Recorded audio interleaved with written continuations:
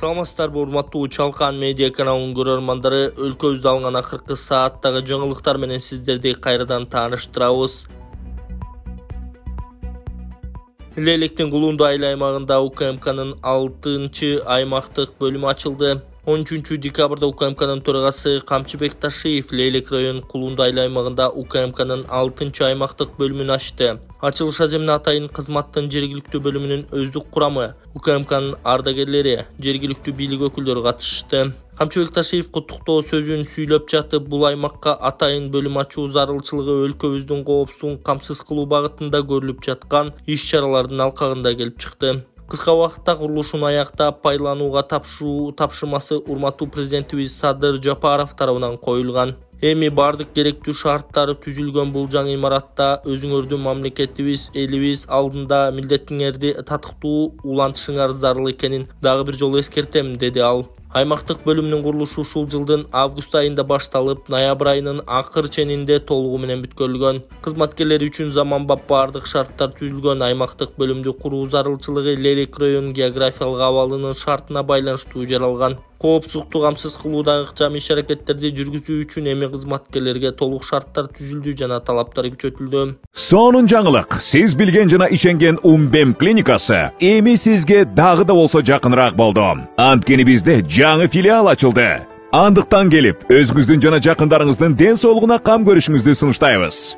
Биздин жогорку даражадагы дарыгерлер төмөндөгү адистиктер боюнча кабыл алат: стоматология, гинекология, терапия, лор, хирургия, педиатрия, урология, УЗИ жана башка адистиктер. Лабораториялык анализдин 5000ден ашуун түрү алынат.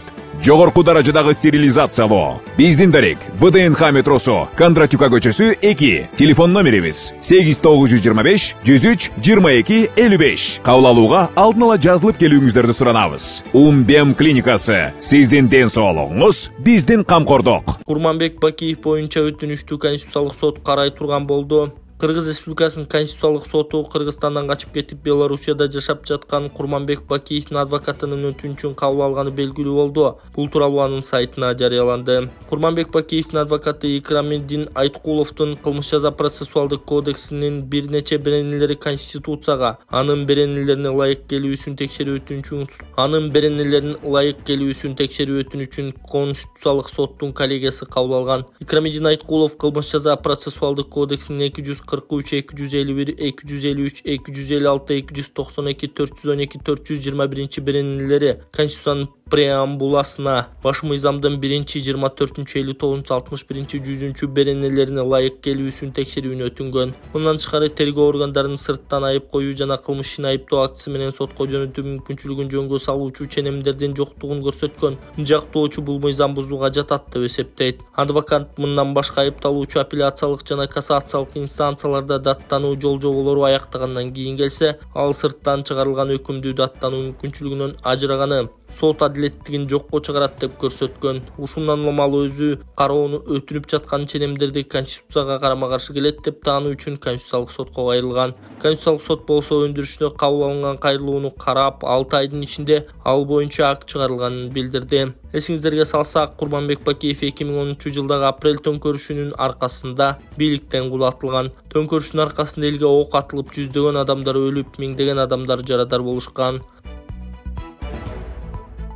Камчыбек Ташиев чек арада үй өрттөлүп кеткен аксакалга акчалай жардам көрсөттү. Күн мурун министрлер кабинетинин төрагасынын орун басары улуттук коопсуздук мамлекеттик комитетинин төрагасы Камчыбек Ташиев Баткен облусуна болгон жумушчу сапарын жүрүшүндө 2020 жылы үйү тажик тараптын провокаторлору тарабынан өрттөлгөн Көк Таш айылынын чектөө жергилигинин тургуну Абдурахим Мажитов аксакалды кабыл алган. Атайын кызматтан билдиришкендей, Ташиев аксакалга акчалай колдоо көрсөттү.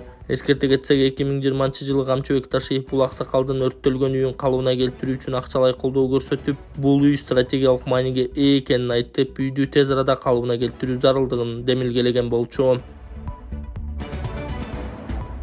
Нокатта турак үйдөн өрт чыгып, 67 жаштагы киши каза болду. 14-декабрда Ош облусунун Ноокат районунун Кеңеш айыл аймагынын Шаңкөл айылындагы турак үйдөн өрт чыгып, анын кесепетинен бир адам каза болду. Бул тууралуу Өзгө Чогуу Дагыл министрлигинин басма сөз кызматы билдирди. Маалымат караганда өрттү өчүрүүгө саат 8:30 райондук номер 71 Өзгө Чогуу Дагылдар бөлүмүнөн бир бөлүм тартылып, өрт саат 10:50 өчүрүлгөн. Өрттүн кесепетинен 1957-жылы туулган АС аттуу эркек киши каза болуп, тез жардам кызматына өткөрүлүп берилген. 3-чү элдик курултайдын делегаттары унаа дөңгөлөктөрүн кайра иштетүүчү заводдун иши менен таанышты. Заводдун директору Александр Сметаниндин айтымында өлкө жетекчилигинин түздөн-түз колдоосу менен ишке ашырылган амбициялуу долбоорлордун бири болгон Токмок шаарындагы дөңгөлөктөрдү кайра иштетүүчү завод 2023-жылдын август айында тесттик режимде ишке киргизилген. Учурда заводдун дөңгөлөктөрдү кайра иштетүүчү жана дөңгөлөктөрдү калыбына келтирүүчү 2 цехине заманбап технологиялык жабдууларды орнотууну аяктады. Жакында завод 2 нөмөткө өтөт. Келечекте 3-чү нөмөттү да ишке киргизүүнү пландап жатабыз жана завод күнү-түн иштей баштайт. Ал эми кайра калыбына келтирүүгө мүмкүн болбой калган эски дөңгөлөктөрдөн ар түрдүү фракциядагы резина күкүмдөрүн жана жогорку легирленген болот чыгарылат. Компаниянын продукциясын текстиль өндүрүшүндө жана металл иштетүүдө колдонууга болот. Биздин республикада эле эмес, бүткүл Борбор Азияда теңдеши жок бул уникалдуу заводдун келечеги абдан жакшы деп баса белгиледи ал. Өз кезегинде элдик курултайдын делегаттары эски автоунаа дөңгөлөктөрүн кайра иштетүүчү жана утилизациялоонун маанилүүлүгүн белгилешти. Кыргызстанда өндүрүш кайра жанданып, жаңы жумушчу орундары түзүлүп жатканы абдан кубандырат. Бул заводдагы купулубузга толду. Өндүрүштү өз көзүбүз менен көрүп жакшы таасирде калдык. Өлкө жетекчилигине, Кумтөр ишканасынын башчыларына терең ыраазычылыгыбызды билдиребиз, дейт Чүй облусунун Арашан айылынан шайланган делегаттардын бири Көлбай Алымкулов.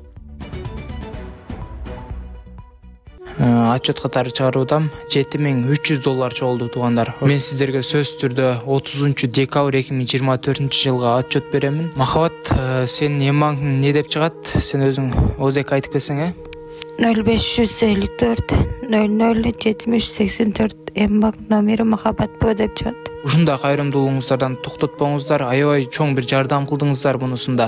Сөз түрдө бүгүн көрүп турган болсоңуз, анда терминалга барып туруп эмбанкты тандап туруп, ушул кыз озек айтып берди сиздерге. Ошол эмбанкка өзүңүздөрдүн ыхсаныңыздарды салып, сөз түрдө жардам кылып кетсеңиздер аябай жакшы болот. Урматтуу бир туугандар, кайрымдуулугуңуздарды токтотпостон бүгүн көрүп турасыздарбы? Мына ушул кыздын акыбалы мынакей караңыздарчы. Боорунан ушундай суюктуктар чыгып, альбикакоз деген диагноз коюлган. Индия мамлекетинде пересадка үчүн $40.000 керек эле. Азыркы учурда ушул кызга деп сиздердин аркаңыздар менен $7.300 чогулду туугандар. $32.700 калды. Манатыңыздар түшүп атат. Эжекебиздин Сбербанкы Замира Ч деп чыгат. Эжекебиз өзү донор болгон атат. Азыр мен сиздерге атап өткөн реквизиттерге өздөрүнүн реквизити өзүңүздөрдүн ыхсаныңыздарды салып которуп кетсеңиздер болот. Кайрымдуулук кылган ар бир адамга Аллахым ыраазы болгон болсун.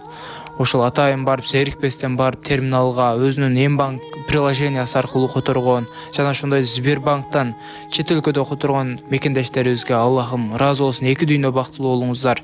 Ушул кыздын ден соолугу үчүн деп өзүнүн кызындай көрүп которуп жаткан инсандарга экеселеп Кудайым сиздерге соопторду берсин. Мурас Мелдеши Садыр Жапаровдун командасы журналисттер көзөмөл жана аймактарды утуп алды. 14 декабрда Бишкекте башталган футбол боюнча Мурас салттуу достук мелдеши президент Садыр Жапаровдун катышуусунда өттү. Президенттин командасы курамын журналисттер көзөмөл жана аймактар командаларын утуп алды. Мамлекет башчысы министрлерден, мама органдардын жана администрациянын түзүмдүк бөлүктөрүнүн жетекчилеринен турган президенттин командасынын курамында ойноп жатат. 15 декабрда чейрек финалдык, жарым финалдык жана финалдык беттештер болот. Тазабек Икрамов экс-депутат учуру келгенде көп сөздөр айтылат. Тазабек мырза, сиз жазган жана демилгечи болгон ата-энесин бакпагандарды жазалоо мыйзамы ишке кирди. Бул оң жыйынтыгын береби? Мен ушул кезге чейин айтпай келгем. Азыр деле унчукпасам болот эле, бирок бул мыйзам кабыл алынып жаткандан кийин айтышка туура келет. Депутат болгонго чейин эле кийинки чакырылышта тең эч пиары жок, ишенимдүү бир-эки эле инилерин биле турган иш-чара бар эле. Ал жетим балдар үйлөрүнө жана кара-картаңдар үйүнө жардам берүү. Колумдан келишинче, мүмкүнчүлүгүм жетишинче жардам кылып, айрым учурларда өзүм да барып жүрдүм. Кайталайм, бул пиар үчүн же бир жеке кызыкчылыгым үчүн эмес, жөн гана соопчулук үчүн жасалган иштер эле. Аны эч кимге айтчу эмесмин, бүгүн биринчи жолу айтып жатам. Ошондо алгачкы каарылар үйүнө барып жүргөн жылдары ал жердеги кароосуз ат энелердин катары ар кандай улуттан эле. Кийин карасам убакыттын өтүшү менен алгач 80, андан кийин 90, акыркы учурларда 99% кыргыз улутундагы ат энелер болуп калганы мени аябай ардантты, уялтты. Кыргыз балдар кыздар ат энелерин таштаган заманга келгенибизди билип, бул маселени чечүү жолдорун издей баштадым. Бир ирет ошол жатак жайдагы апа менен сүйлөшүп калып, алган пенсияңызды эмне кыласыз дедим. Уулум алып кетчү пенсиямды. Азыр карточкага өткөнү пенсиялык картамды алып кеткен деди. Уулу эмне иш кыларын сурасам, мамлекеттик кызматта иштейт экен. Үй жайыңызга ээлик кылып калса, эми пенсияңызды алса, анда уулуңузду сотко бербейсизби десем, жок кокуй, эмнеге сотко берем, ал менин балам да деди. Элестеткиле, баласы апасын кубалап эле эмес, пенсиясын кошо алып жатат. Ал эми ошондо да апасы уулун коргоп жатканын, ушул окуя аябай таасир берип, анан ушул мыйзам долбоорун киргизгем. Мыйзам долбоору талкуу учурунда укмуш каттар, кайрылуулар көп келди. Көрсө иш жүзүндө мындай фактылар өтө көп экен. Бирок ата эне эч качан баласын жамандыкка кыйып, анын үстүнөн арзан албай турганы белгилүү болду. Ошондо бул маселени эске салып, каарылар үйүнө түшкөн жарандардын атынан анын уруксаты жок эле сот органдарына ошол мекеменин администрациясы же болбосо айылдарда кароосуз калган ат эне үчүн айыл өкмөтүнүн соц кызматкерине сотко кайрылуу укугун берүү пунктун кошо киргизгенбиз. Мамлекеттик кызматкерлердин арасында ат энелерин каарылар үйүнө өткөрүп салган фактылар бар. Аны да эске алып, ата энесин кароосуз калтыргандар айып төлөө же кызматтан кетүү беренелери да бар. Административдик айыптарды төлөбөсө кылмыш жоопкерчилиги каралган. Бул мыйзамдын маани маңызы, табияты мына ушул. Мыйзам эмгекке жарамсыз жана материалдык жардамга муктаж ат энелерди багуу жоопкерчилигин күчөтө алабы? Каарылар үйүнө ат энесин таштагандардын азайышына шарт түзөбү? Буюрса оң жыйынтык берет. Мыйзам кабыл алынгандан кийин аны көзөмөлдөөчү институттар да бар. Учурунда бул мыйзамдын тегерегинде өтө кызык жагдайлар болгон экен. Айтып берсеңиз, ачыгын айтыш керек, бул мыйзам долбоорун министрлер кабинети бир топко кармап жатты. Мамлекеттик органдар ача пикирлерин билдирип, бүтүм заключение бербей убакытты созушту. Анткени менин позициям баарына белгилүү эле. Ошол кездеги айрым депутат коллегаларым тамашалап, башка депутат деле автор кылып койчу, мыйзам долбоорун бир жумада кабыл алынып, кол коюлуп кетет деп күлүп жүрүштү. Эми мынтип мен мандатымды тапшыргандан кийин гана мыйзамга кол коюп жаткандын өзү эле чоң оюндар болгонунан кабар берет. Учуру келгенде дагы айтылат. Азыркы актуалдуу темага айланган кээ бир маселелерди учурунда мен көтөргөм, аягына чыкканга мүмкүнчүлүк беришпеди. Учуру келгенде көп сөздөр айтылат. Буюрса деп Арба KG сайтына маек куруп берген Тазабек Икрамов.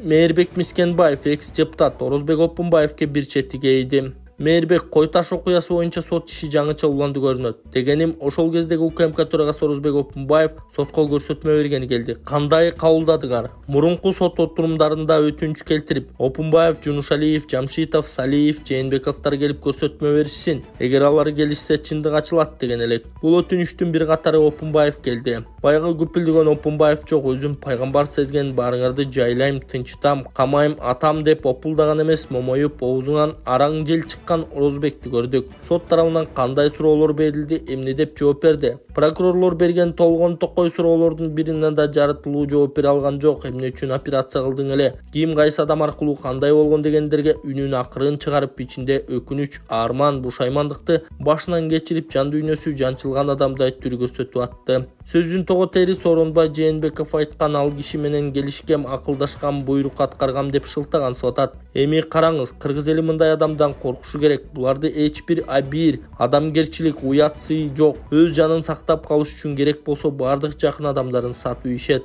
Кой Таш окуясына 2000 адам жаракат алган. Бул боюнча эмне деп жооп берди? Туура айтасыз, мен ушуну Опунбаев мырзага сиздердин Кой Таш жүргүзгөн чала сабат операциялардан 1700 адам катуу жаракат, 500 адам жеңил жаракат алышкан. Ушул адамдардын каргышынан коркпойсуңарбы? Эми өмүрүңдүн акырына чейин жашооңор сотто өтөт, табалабайм, тоогулам. Ошол 2000ден ашык адам сотко арыз жазган. Бул иш кайрадан каралат десем, такыр үн катпады. Ак же көк дебестен бир офицерим каза болду деп мыңк этти. Мурун коомчулукка берген конференцияларында Опунбаев мен өзүм жооп берем, буга эч кимдин тиешеси жок дегенби?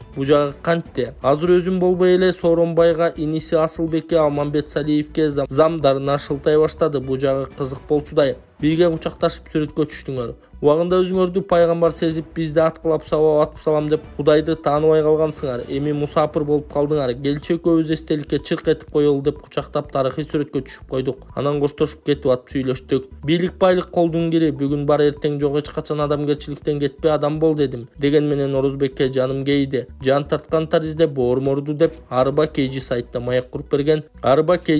маек куруп берген Мээрбек Мискенбаев. Бишкекте башкы балатынын оту жанды. Жомокко бөлөнгөн Ала Тоо аянты. Кече борбор калаадагы Ала Тоо аянтында өлкөнүн башкы балатысынын оту жанды. Салтанаттуу самалыкка Бишкек шаарынын мэри Айбек Жунушалиев, Бишкек шаардык кеңешинин төрагасы Бекжан Усеналиев, жергиликтүү бийлик өкүлдөрү жана шаар тургундары катышты. Иш-чаранын алкагында коноктор үчүн кыргыз эстрада жылдыздарынын катышуусунда концерт тартууланды. Ошондой эле майрамдын жүрүшүндө оюн зоок программасы, музыка жана бий спектакльдери көрсөтүлүп, балдар үчүн мастер-класстар жана муз тебүү аянтчасы уюштурулган. Быйыл жылдыгынан айырмаланып, Ала Тоо аянтында жарандардын ыңгайлуу үчүн сейилдөөчү аянт кеңейтилип, бес алуучу жайлар менен камсыздалган. Жаңы жылдык балаты фонтан комплексинин ортосуна орнотулуп, анын айланасы улуттук боз үй жана башка жаңы жылдын символдору менен кооздолгон. Башкы балатынын бийиктиги 32 метрди, диаметри 13 метрди түзөт.